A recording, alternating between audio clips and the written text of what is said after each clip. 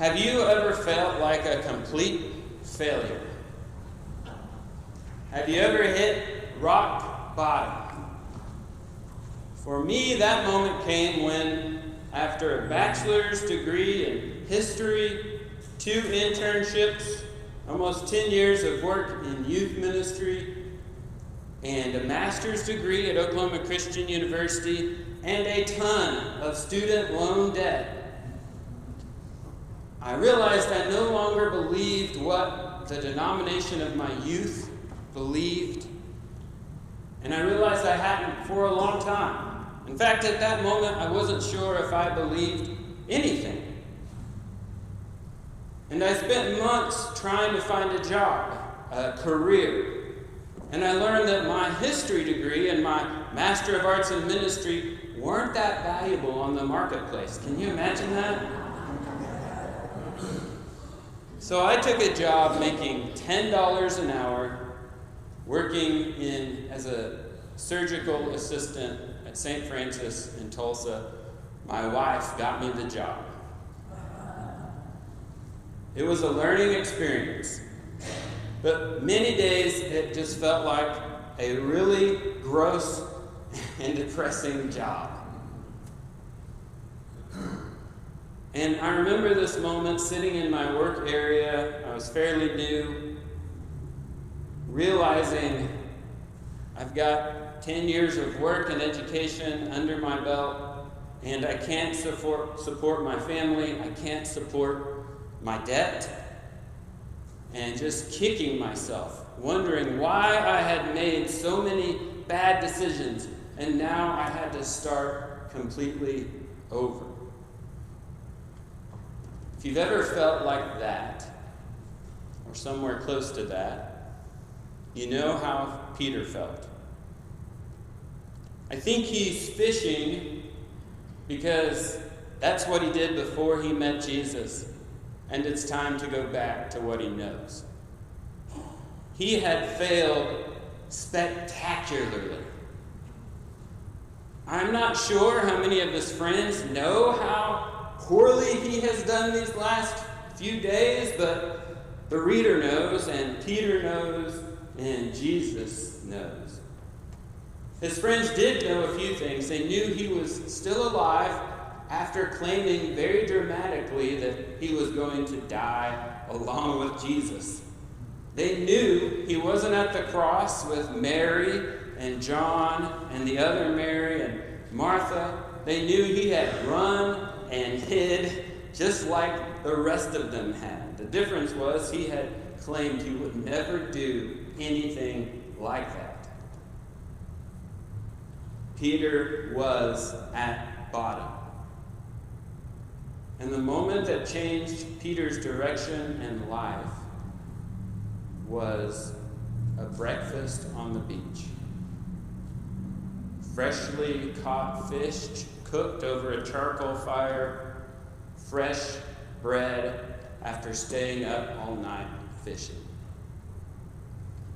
This morning I am wondering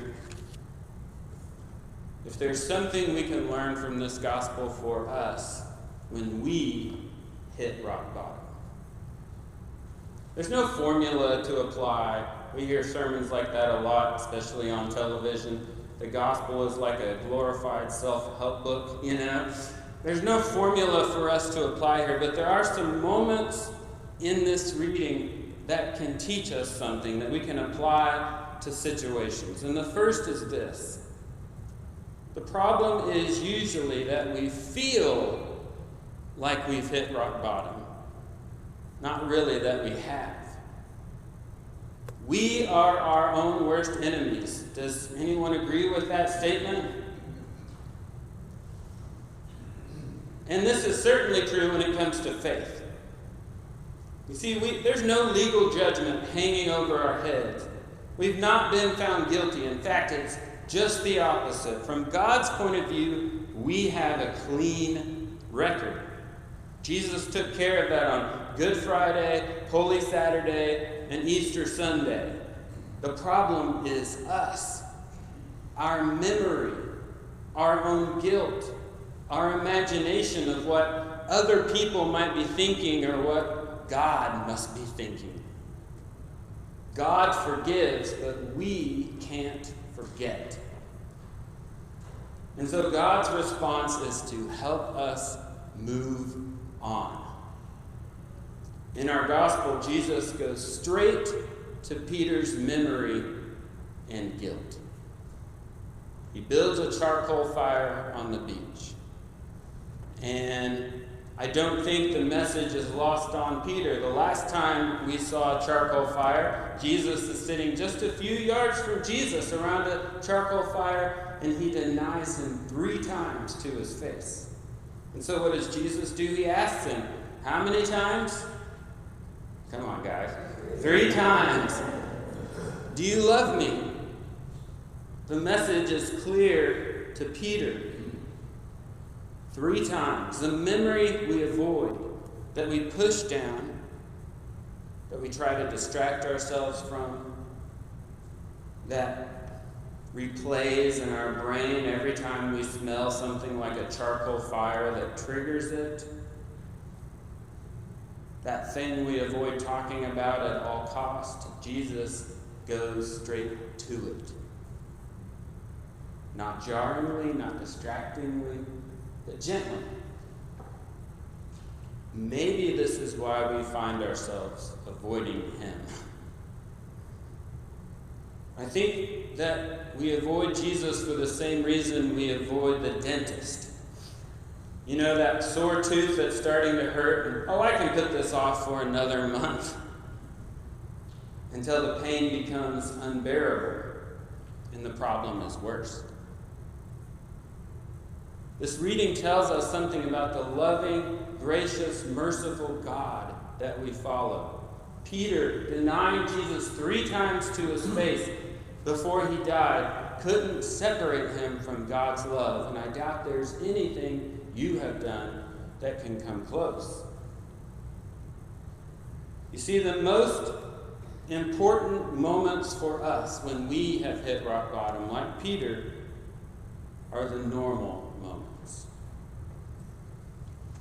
Fishing, fires on the beach, breakfast with friends.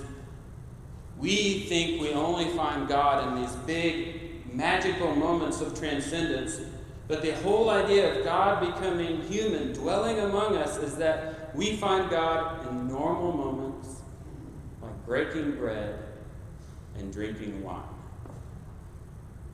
In fact, that's the oldest image in Christian art of the Eucharist. In the Jewish history, the idea behind the Messiah, there was this tale told of the Messiah's great banquet, and the Messiah would eat fish. And here we have Jesus eating fish and bread on the beach. And over again in the Gospels, we see him with fish and bread. The idea is, in something as simple as that, we find God, we find Christ, we find each other. So continuing to do what we know is sometimes all we can do, and that is a good thing. For me, my job at the hospital turned out to be the most fun I ever had in a job. There were depressing days, there were hard moments, but it's the only job I ever worked where when I left work, work stayed at work.